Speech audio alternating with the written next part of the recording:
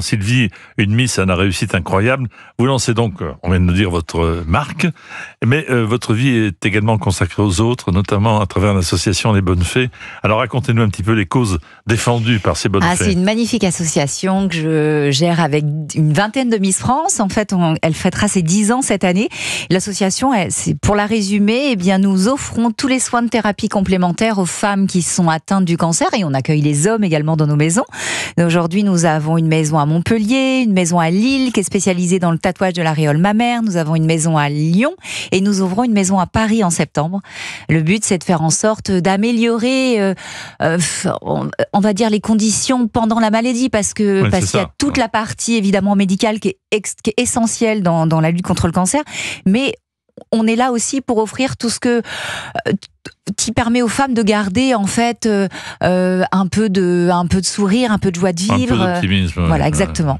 Comme les maisons de Solène qui sont consacrées aux parents pour les enfants qui sont malades. Comment peut-on aider votre association Les Bonnes On a Fées ? besoin de pépettes, ça c'est sûr, parce qu'on ne peut pas avoir une association si on n'a pas de mécènes. Alors cette année, nous avons un grand dîner de gala qui aura lieu le 8 octobre, pendant Octobre Rose, où les gens peuvent venir, mais surtout vous pouvez nous faire des dons en ligne sur le site internet www.lesbonnesfées.fr.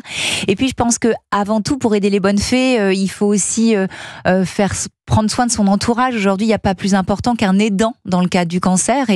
Et si vous avez autour de vous des gens qui sont atteints par cette maladie, soyez là pour eux. C'est ça qui est important. Et le fait d'être Miss France, ça vous a aidé d'aider les autres en quelque sorte? Le fait d'avoir été Miss France, déjà, on a envie de rendre. Moi, je me suis sentie très gâtée. Et quand on a échangé avec mes copines Miss, on s'est dit comment on peut aider les gens.